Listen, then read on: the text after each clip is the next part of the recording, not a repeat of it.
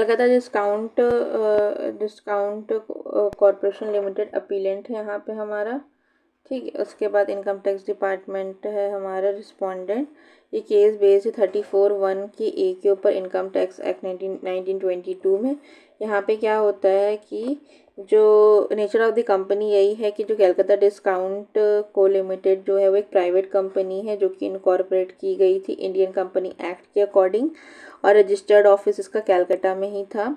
फिर assessment year जो था उसमें असेसमेंट ईयर जो कि 42 से 43, 43 से 44, 44 से 45, यहाँ पे सेक्शन 23 असेस किया गया। सेक्शन 23 के 3 के अकॉर्डिंग असेसमेंट किया गया और जो टैक्स है ऑल दिस सारे सालों का दे दिया गया।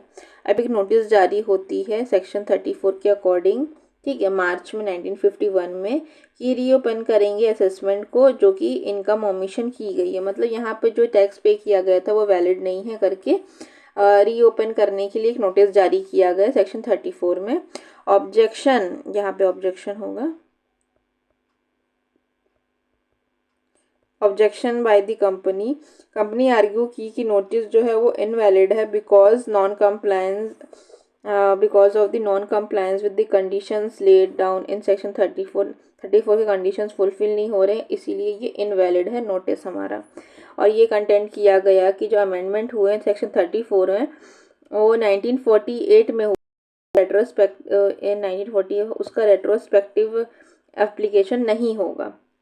देखो यहाँ पे असेसमेंट ईयर जो है हमारा वो 45 तक है, 42 से लेके 45 तक है, ठीक है। तो वहाँ पे हमारा 1948 में जो अमेंडमेंट हो रहा है वो 1944 से लेके 45 में क्यों एप्लीकेबल होगा, ये इस चीज़ को बोला गया है कि रेट्रोस्पेक्टिव एप्लीकेशन नहीं होगा। फिर यहाँ पे पहले हम लोग पढ़ेंगे क्या क्या इशू रेज हुआ। तो इशू रेज यही हुआ कि जुरिस्डिक्शन है कि नहीं, ठीक है। जुरिस्डिक्शन अंडर सेक्शन 34 का 1 का ए, डिड दी ITO जो इनकम टैक्स ऑफिसर है वो बोनाफाइडली बिलीव करता है जो भी इनकम जो है वो अंडर असेस्ड है, असेसमेंट हुआ है लेकिन कम हुआ है, इसलिए हम अंडर असेसमेंट बोलते हैं। और ये because of the tax payers omission है या फेलियर है, ये चीज़ को हम लोग को देखना है। पहला सवाल ये बनता है। और रेट्रोस्पेक्टिव एप्लीकेशन है कि नहीं 1948 के अमेंडमेंट का, क्योंकि असेसमेंट ईयर 1944 से 44 था, कहाँ से चालू था, 1942 से लेके 45 तक था, ठीक है। तो उसके ऊपर 48 का अमेंडमेंट अप्लाई करेगा कि नहीं करेगा। और was the amendment to section 34 applied to the assessment completed before its enactment, इसके enactment से पहले जो assessment complete हो चुके उसके ऊपर अप्लाई करेगा कि नहीं करेगा, ये चीज़ सवाल उठता है केस कोर्ट ऑफ लॉ में। फिर ट्रायल कोर्ट क्या हेल्ड करती है, कोर्ट हेल्ड करती है कि जो अमेंडमेंट है 1948 का उसका रेट्रोस्पेक्टिव इफेक्ट नहीं है। On the basis of this amendment tax को असेस नहीं करना चाहिए करके ये ट्रायल कोर्ट हेल्ड करती है। फिर हाई कोर्ट जाता है, मामला अलाउ करता है अपील को और डिसमिस कर देता है जजमेंट ऑफ ट्रायल कोर्ट के डिसीजन को ओवरटर्न कर देता है। अब जो कंपनी रहती है वो अपील लेके जाती है against the judgement of high court और सुप्रीम कोर्ट जाती है। सुप्रीम कोर्ट की डिसीजन ये होता है कि कंडीशन फॉर री ओपनिंग द असेसमेंट, उसके बेसिस पे बताते हैं कि सुप्रीम कोर्ट हाईलाइट किए कि 34 में 2 कंडीशंस फुलफिल होने चाहिए।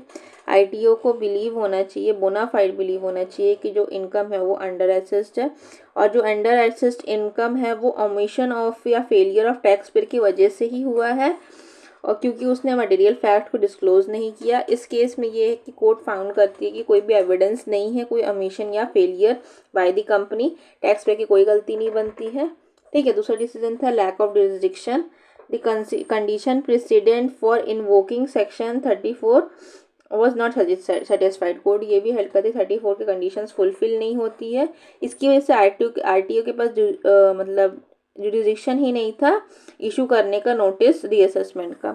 फिर बोलती है कि जो क्या बोलते हैं रेट्रोस्पेक्टिव इफेक्ट है कि नहीं 1948 के अमेंडमेंट का, तो कोर्ट हेल्ड करती है, सुप्रीम कोर्ट हेल्ड करती है कि ये जो है अमेंडमेंट है वो affirm that the amendment to section 34 in 1948 है ये 1948 उसमें कोई रेट्रोस्पेक्टिव नहीं है और अप्लाई नहीं कर सकता जो कि असेसमेंट हो चुका है उसके एनैक्टमेंट से पहले। अब लॉ लेट डाउन यही है कि जुरिस्डिक्शनल लिमिट्स को बताता है आरटीओ के, उसको जो आरटीओ है उसको स्ट्रिक्टली अडियर करना पड़ेगा 34 के प्रोविज़न को, और इशू करने से पहले कोई भी रीअसेसमेंट का इशू। और यहाँ पे आर्बिट्ररी या बेसलेस रीओपनिंग जो होती है असेसमेंट की रीओपनिंग होती है वो इनवैलिड है, ये चीज़ लेट डाउन की गई। और नॉन रेट्रोस्पेक्टिव एप्लीकेशन है, मींस कि ये यहाँ पे अप्लाई नहीं किया जाएगा। ठीक है, अमेंडमेंट्स जो होते हैं वो रेट्रोस्पेक्टिवली अप्लाई नहीं करते अगर अनलेस यहाँ पे स्पेसिफिकली मेंशन किया हो तो।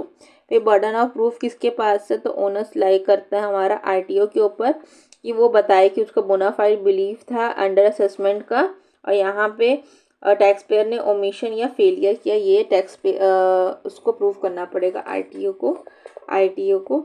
और प्रोटेक्शन ऑफ टैक्स पेयर वही है कि टैक्स पेयर को प्रोटेक्ट करने के लिए 34 का प्रोविज़न डाला गया है, प्रोसीजरल सेफगार्ड डाला गया है, जो कि इंटेंड करता है कि टैक्स पेयर को कोई भी आर्बिट्ररी रीअसेसमेंट एक्शंस ना लिए जाएं।